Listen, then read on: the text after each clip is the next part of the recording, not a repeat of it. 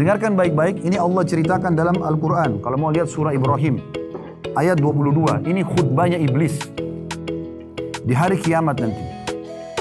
Surah Ibrahim, surah nomor 14, ayatnya 22. Bunyinya, وَقَالَ الشَّيْطَانُ لَمَّا قُدِيَ الْأَمْرُ إِنَّ اللَّهَ وَعَدَكُمْ وَعْدَ الْحَقِّ وَوَعَدْتُكُمْ فَأَخْلَفْتُكُمْ وَمَا كَانَ لِي عَلَيْكُمْ مِنْ سُلْطَانٍ إِلَّا أَنْ دَعَوْتُكُمْ فَاسْتَجَبْتُمْ لِي فَلَا تَلُومُونِي وَلُومُوا أَنفُسَكُمْ. Artinya, dan berkatalah syaitan, iblis yang dimaksud di sini pimpinan mereka, tak kala perkara hisab telah selesai. Sesungguhnya Allah telah menjanjikan kepada kalian janji yang benar. Solatlah dapat ini, puasalah dapat ini, umroh hajilah dapat ini. Diceritakan semua, dapat keutamaan, lalu kemudian nanti puncaknya masuk surga. Allah janji benar itu. Dan aku pun, kata iblis, telah menjanjikan kepada kalian tetapi aku menyalahinya. Menipu kalian. Gak usah sholat dulu, gak usah begini dulu, ditunda-tunda sengaja. Tapi aku menipu kalian. Ini Allah sudah bongkar kepada kita dari 1400 tahun yang lalu. Lalu iblis berkata, sekali-kali tidak ada kekuasaan bagiku terhadap kalian. Dia tidak bisa cekik kita, nggak bisa tarik tangan kita, nggak bisa paksa kita maksiat, tidak bisa buat apa-apa. Syaitan lemah. Sekali-kali tidak ada kekuasaan bagiku terhadap kalian, melainkan sekedar aku menyeru kalian, cuma bisikin saja. Lalu kalian memenuhi seruhanku. Oleh sebab itu jangan kalian mencerca aku, tapi cercalah diri kalian sendiri.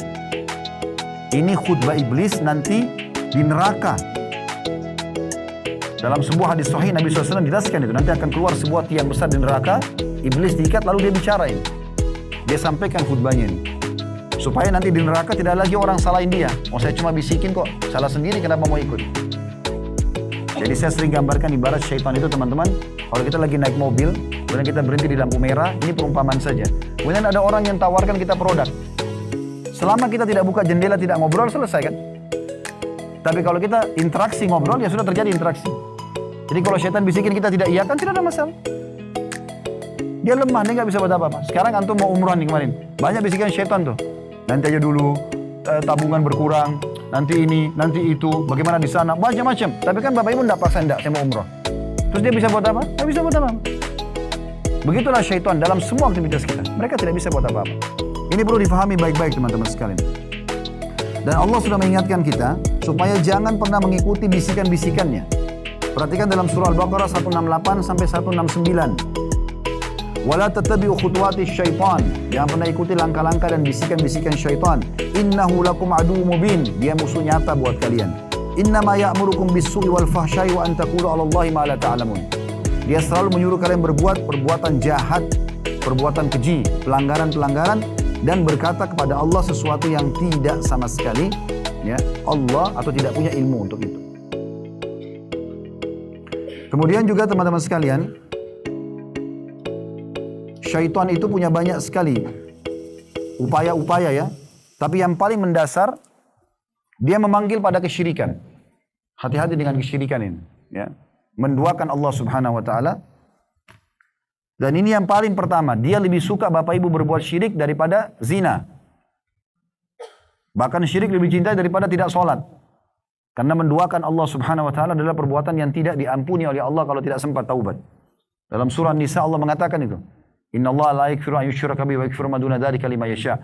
Allah tidak akan pernah maafkan orang yang berbuat syirik kepadanya kalau meninggal dalam keadaan syirik itu, ya, dan dia masih mengampuni selain dosa itu.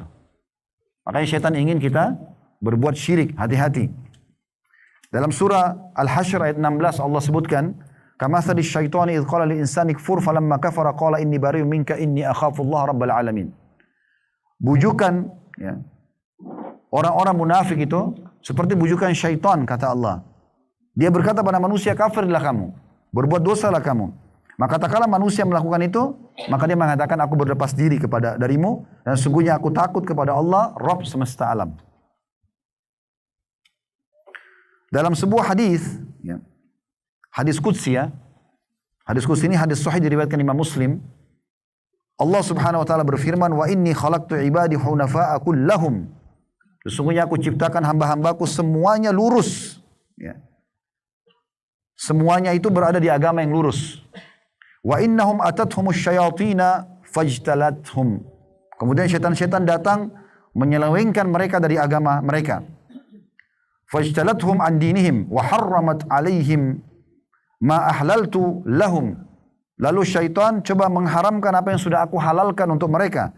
Wa amarathum an yushriku bi ma lam unzil bihi sultana.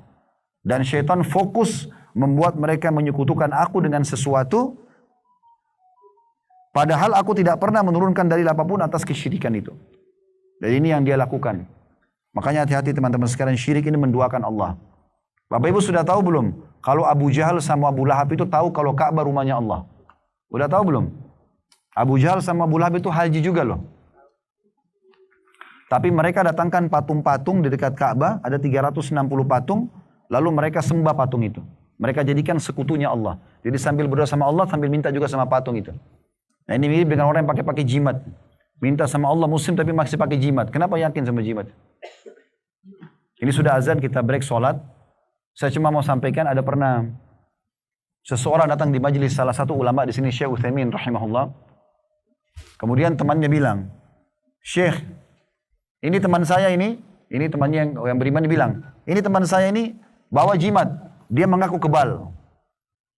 Kata Syekhnya, baik, pengajian kita berhentikan dulu, kita diskusi masalah ini. Langsung pada saat itu. Kebetulan yang ceritakan ini orang yang hadir langsung di majelis itu. Saya kebetulan tidak hadir waktu itu, tapi ini yang hadir ceritakan pada saya. Langsung dia bilang, akhirnya Syekh tanya, apa kau punya jimat benar? Dia bilang, iya benar Syekh. Apa gunanya? Bisa buat kebal. Kata Syekhnya, baik, saya menjamin sama kamu, kalau jimat itu dibuka, pasti kamu akan meninggalkan selamanya. Tidak akan pernah kau pakai jimat itu lagi.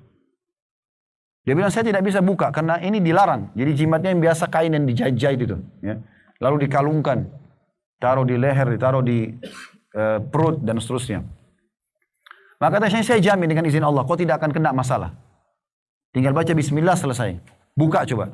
Dibukalah teman-teman kain tersebut, jahitannya banyak, kain demi kain dibuka. Ujung-ujungnya terakhir sekali, setelah sekian lembar kain, di dalamnya itu ada kotoran sapi yang kering.